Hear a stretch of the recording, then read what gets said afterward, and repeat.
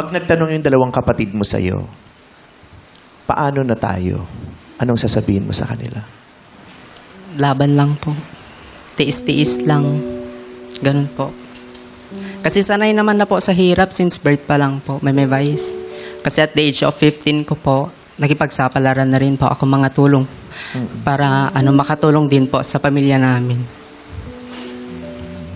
Pag pinakinggan mo yun, parang kahanga-hanga, di ba? Yung kaya kasi sanay naman na kami sa hirap eh. Yes. Pero isipin mo, hanggang kailan ba natin sasanayin na laging nasa hirap yung mga kababayan natin, di ba? Kailangan ba maging normal yun na habang buhay na nasa hirap? Di ba mas masarap pakinggan yun na nagsimula tayong lahat na naghirap. Yes.